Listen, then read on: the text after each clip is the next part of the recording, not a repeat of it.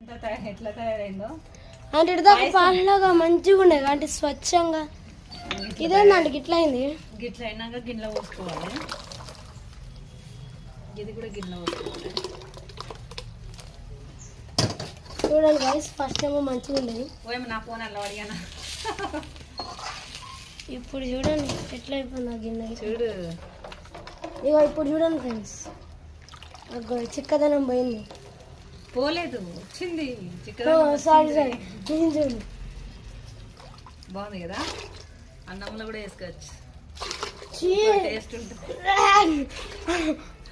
Aunty joke చేసే time aunty చెప్పండి. నిజంగా వేసుకుంటారా ఆంటీ చెప్పండి. ఎట్లుంది సూపు? బాగానే ఉంది ఆంటీ ఇదాకా దానికన్నా. ఇప్పుడు లాస్ట్లో ఏం వేసుకోవాలని అడగవా నువ్వు? అవునవును, కరెక్ట్. లాస్ట్లో ఏం వేసుకోవాలండి? నేను మర్చిపోయినా.